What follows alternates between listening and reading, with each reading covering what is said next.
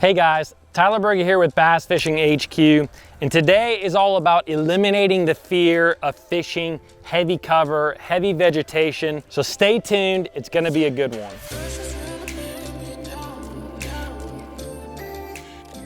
All right guys, so I'm just out here on a local lake in my area today, just doing some fishing. And as you can see, we have a lot of heavy cover in this situation. We have a lot of heavy matted vegetation. We have lily pads, we have brush, we have a little bit of everything. And I really think a lot of guys can be intimidated when it comes to fishing heavy cover. They don't wanna get their lure, in the stuff because they think they're gonna get snagged, or they think even if they get bit, they're not gonna be able to get a fish out of that cover. But guys, it's really not as hard, I think, as a lot of guys make it out to be. And here's the thing, heavy cover, especially during the middle of summer, can hold some of the biggest bass throughout the entire year. I really like to kind of listen to Mike Iaconelli, a professional bass fisherman, talk, and there's three things that he talks about when it comes to fishing during the summer. And he says thicker, current, or deeper. Okay, those are the three things that you can look at. So in this case, thicker is what we're looking at. Fishing heavy cover. Guys, this is honestly, it's one of the best ways to catch fish. And here's the thing, if you're not fishing heavy cover, you're gonna miss out on the opportunity to catch a lot of bass, really catch a lot of big bass. I'm gonna go through the rod, reel, line, equipment, everything like that. But first, I just wanna talk about a few tips when it comes to fishing heavy cover. Tip number one is concentrate on high percentage areas. When you get to lakes that are completely covered in grass and pads and heavy cover, even if it's wood, maybe it's wood laydowns, maybe it's bushes, it literally can be very intimidating to an angler. And a lot of times it just looks like, man, a bass could be anywhere. And to be honest, that's the truth. If you look out in front of me, I have a giant duckweed mat. Along the side, I have lily pads. I also have brush. And guys, bass can be anywhere in those situations. So the best thing to do in those situations is concentrate on the high percentage areas. And what I mean by high percentage areas is anything that is an irregularity when it comes to the cover. So for instance, I'm going down the bank here and you can see there's a couple of areas where these lily pads and even these bushes stick out a little bit further than the rest of the cover. That is a high percentage area. That is an area that you are more than likely going to get bit out. If you look just over here, there's another high percentage area, right? It's something different. What we have over here is some sort of dock with some concrete and rebar. Looks like they're getting ready to build a dock over here. Again, that's something that's different. It breaks up the monotony of the shoreline, and that's another place where you could find bass. Another great place where you can find bass is any type of indentation.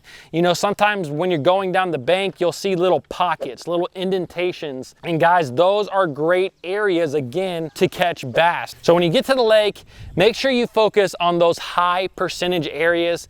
Once you kind of figure out, hey, the bass are relating to these points, or the bass are relating to brush piles that are near pads, then you can just solely focus on those things. You can run around just hitting those high percentage areas and you're gonna catch a lot of bass. Tip number two when it comes to fishing heavy cover is try to find those areas where the cover shrinks down. And what I mean by that, if you look at the bank ahead of me, you have a large area where really those bass could be. They could be up against the shore all the way out to this pad that is right out here.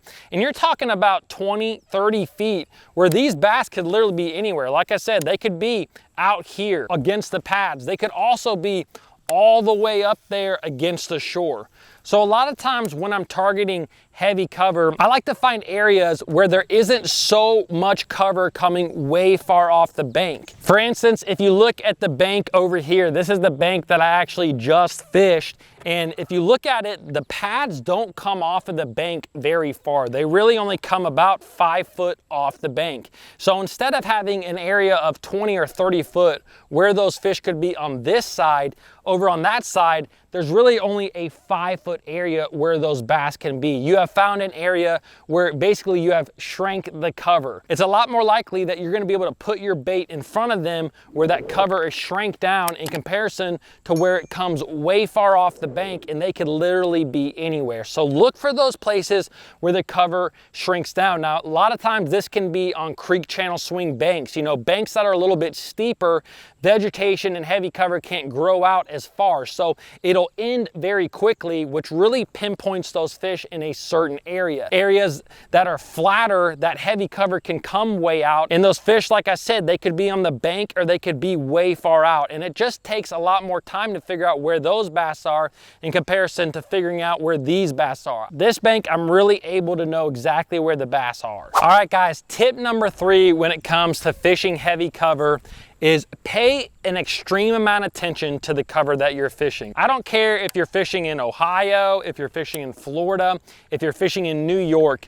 A lot of times you will actually see bass when they're in heavy cover, you actually see them move the cover that they're in. So that could be pads, that could be reeds. I've done this a lot when it comes to fishing down in Florida. You'll be going down a stretch of reeds and all of a sudden you'll see a couple of reeds just shake. That fish literally just gave itself away. And anytime you see the reed shake, anytime you see pad shake, anytime you see the cover that you're fishing shake, pitch right in there to it, because yeah, it could be a carp, but you would be surprised how many times you see something shake in the water, you pitch in there and it's actually a bass, and you caught that fish because you saw it with your eyes, because you were paying close attention. So tip number 3, pay attention when you're fishing heavy cover. All right, guys, tip number 4 when it comes to fishing heavy cover, heavy vegetation like we're fishing right now, listen for the bluegill. Guys, this is a huge tip and it can really mean the difference between you catching fish and not catching fish. A lot of times when you get into these areas that, you know, have a lot of cover, like the lake that I'm fishing here, whether that's pads, whether that's duckweed, whether that's milfoil or hydrilla, a lot of times you will actually hear bluegill when they're in that cover. And a lot of times those bluegill are just feeding on little bitty bugs, but you can actually hear them pop the surface. They're popping those little bugs. It just sounds like a little snap. If you've done this before, you know exactly what I'm saying. Guys, listen for that, because that can be a huge key into locating bass. A lot of times when you get to these big lakes that have a lot of vegetation, a lot of heavy cover, you have to find things that are different. And sometimes that thing that is different is bait fish and bluegill. If you can find areas that have a lot of bluegill, a lot of times that will be the areas where you start catching fish. So really pay attention, really listen for those bluegills popping and snapping on the top of the surface. All right, guys, tip number 5 when it comes to fishing heavy cover is, and this is really gonna apply if you're using a Texas rig, okay? Try to use the lightest Texas rig that you can to actually get through the cover. Whether you're fishing a mat, whether you're fishing pads, typically the lighter the weight is that you are fishing, the more bites you are going to get. I learned this a long time ago when I was fishing Florida, that was honestly a deal. I remember fishing with my uncle in Florida. I was fishing a 1/2 ounce weight, flipping it into Kissimmee grass. He was fishing an 1/8 ounce weight with a fluke, and it would go through that grass real easy, and he was getting probably 5 times as many bites as I was by fishing that lighter weight, that more finessier presentation in the heavy cover. So guys, the lighter you can go with your weight, the better. This is something that I constantly learn. Just today, I'm out here fishing, and I had flipped through a lot of these areas with a heavy weight, 1.25 ounces weight. And guys, it was simply too heavy. I saw one of my buddies out here and he had caught a few fish and he was only flipping a 1/2 ounce weight. I immediately switched over to that 1/2 ounce weight and I've been able to get a couple more bites right away. So try to fish the lightest weight you can when it comes to fishing heavy cover. All right, guys, real quick, let's talk about the equipment that I'm out here using today. And I have 2 different rods that I really like when I'm punching and flipping heavy cover, okay? The first one I'm gonna talk about out is my heavy rod. This is Akuma TCS flippin' punchin' swim bait rod. It's a 7-foot, 11-inch rod. It's a heavy power rod. It's labeled as a fast action, but guys, this has a little bit more of a moderate bend to it. It bends a little bit further down the blank, and I really like that when I'm fishing heavy cover. And the reason being is that when you fish heavy cover, a lot of times you're using braid. This braid right here is 50-pound braid. A lot of times I'm gonna flip with 65-pound braid. And guys, braid has zero stretch to it. If you're using a big weight with 65-pound braid and a stiff rod, one of two things is gonna happen. You're gonna set the hook and miss a lot of fish, or that fish is gonna pull you down. You're gonna set the hook, you're gonna hook him, and as he's coming to the boat, he's gonna flop off.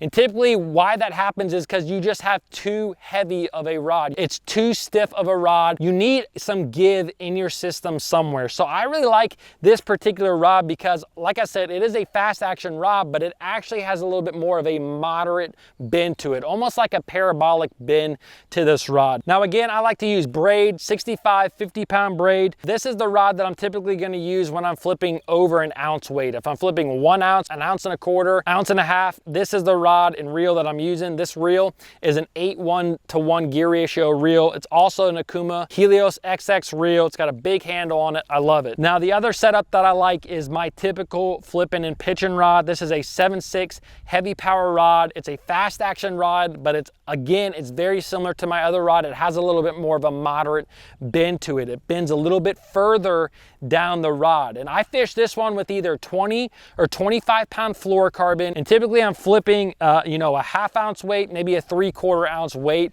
Guys, if I'm fishing for heavily pressured fish, this is the combo that I pick up. A 1/2 ounce weight, a 3/4 ounce weight with that fluorocarbon is gonna get you a lot more bites than using the braided line. Braid, when it's going through heavy cover, actually makes a lot of noise. You can actually hear it kind of sawing on the grass. The fluorocarbon is a lot smoother. You don't hear it, it's gonna get more bites. You would be surprised that using a 1/2 ounce weight, what exactly type of cover that it can get through.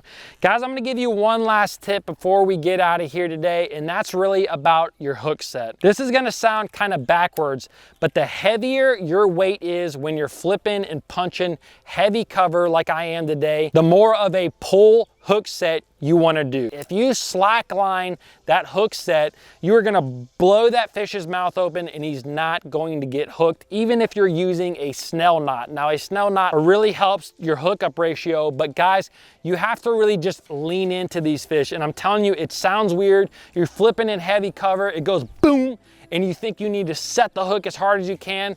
You really just wanna lean back. It's a swift lean pull into that fish. Literally, you flip in, fish bites it. I'm gonna make sure my line is tight to that fish, and then I'm gonna rear back into that fish. It's just a solid pull.